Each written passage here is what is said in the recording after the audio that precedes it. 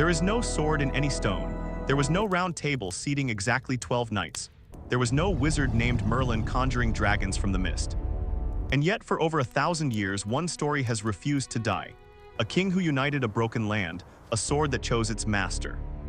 A kingdom called Camelot, so perfect it became the measuring stick for every civilization that followed.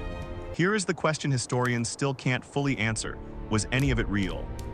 Somewhere beneath centuries of poetry, romance, and invention, there may be a real man, a war leader, a name buried in the ruins of a Britain fighting for its life.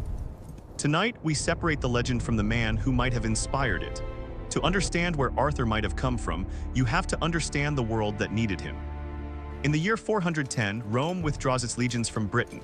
For nearly 400 years, Roman rule had brought roads, cities, law, and protection. Now it is gone. Overnight, Britain is left defenseless. Into that vacuum come the Anglo-Saxons, Germanic warbands crossing the North Sea from what is now Denmark and northern Germany. They arrive first as mercenaries, hired by British warlords to fight off other raiders. Then they turn on their employers. What follows is a period so chaotic, so poorly documented, that historians call it Britain's Dark Age in the most literal sense, because almost no reliable written records survive from it at all. Somewhere in this darkness, a single Latin text mentions a British victory so decisive it briefly halted the Saxon advance for a generation. The name attached to that victory would outlive every king who came after him. The earliest possible mention of Arthur comes from a 9th century text called the Historia Brittonum, attributed to a Welsh monk named Nennius, written some 300 years after Arthur supposedly lived. Nennius doesn't describe a king. He describes a dux bellorum, a war leader, a general who fought alongside the kings of Britain not above them. He lists 12 battles. The most famous is the Battle of Mount Badon, where Nennius claims Arthur single-handedly killed 960 enemy soldiers in one charge. No serious historian takes that number literally. But the Battle of Badon itself is different. It's also mentioned by a much earlier, more reliable source, a British monk named Gildas, writing perhaps within living memory of the battle itself. Gildas confirms a real major British victory against the Saxons around the year 500 CE. He just never mentions Arthur's name. This is the maddening core of the entire mystery. Our earliest, most trustworthy source proves the battle happened. Our earliest source for Arthur's name comes 3 centuries later from a much less reliable writer. Was Arthur the real commander at Badon, whose name simply didn't survive in Gildas's account?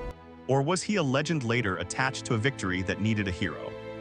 For the next 600 years, the second version would win completely.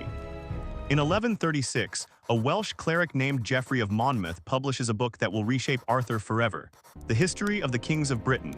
Geoffrey claims to be translating an ancient source. Most historians now believe large portions of it are simply his own invention. But it's here that the Arthur we recognize is truly born. Geoffrey gives Arthur a father, other Pendragon, a wizard advisor Merlin, a magical conception at Tintagel Castle, wars of conquest across Europe, a wife named Guinevere. And crucially, a betrayal, his own nephew, Mordred, seizing the throne and mortally wounding Arthur in one final battle. Geoffrey's book becomes a medieval sensation. Kings across Europe start commissioning genealogies linking themselves to Arthur's bloodline. His story spreads to France, where poets add entirely new characters that never existed in any earlier version. A knight named Lancelot, a forbidden affair with Guinevere, a quest for a cup called the Holy Grail. None of this comes from any historical source. All of it comes from 12th and 13th century French Romance writers, inventing new drama for an audience hungry for chivalry and tragedy. By the time Sir Thomas Malory compiles Le Morte d'Arthur in the 1400s, Arthur is barely a war leader anymore. He is something else entirely, an idea. A symbol of a golden age Britain believed it had lost. But while poets were building castles in the clouds, archaeologists were about to dig into the ground beneath them. If Arthur existed, where did he actually rule? For centuries, one site has drawn the most serious archaeological attention: Cadbury Castle in Somerset, England. It's not a castle in the medieval sense. It's an Iron Age hillfort, reused and refortified during exactly the right period, the late 5th to early 6th century. Precisely when a post-Roman British war leader would have needed a stronghold. Excavations in the 1960s, led by archaeologist Leslie Alcock, uncovered something remarkable: evidence of a massive timber hall, To the fallen, built on a may scale Odin unmatched welcome by them, almost and any to other the site living, from this era in we Britain. strike south at dawn. Pottery imported from the Mediterranean, defensive earthworks rebuilt with genuine military sophistication. Someone powerful lived here. Someone with resources, status, and the organizational ability to command labor on a serious scale. Is it Camelot? Alcock himself was careful never to claim that outright. There's no inscription, no artifact reading Arthur was here. But it proves something crucial. A real, powerful, centralized British leader existed in exactly the right place. At exactly the right time, defending against exactly the right enemy the legends describe. Whether his name was Arthur, we may never know for certain. Here's a detail that convinces many historians something real is buried in this legend, even if the details are wrong. In the generations immediately following the supposed era of Arthur, something strange happens in Britain. The name Arthur suddenly appears among the British aristocracy for the first time. Before this period, it's essentially unused. Afterward, it appears repeatedly, including among Welsh and Scottish royal families who wouldn't likely name their sons after a purely foreign or invented figure. Names in this era mattered. Parents named children after people they admired, people whose reputation they wanted to inherit. Something or someone made this name worth giving to your child in a Britain still fighting for survival. It's not proof.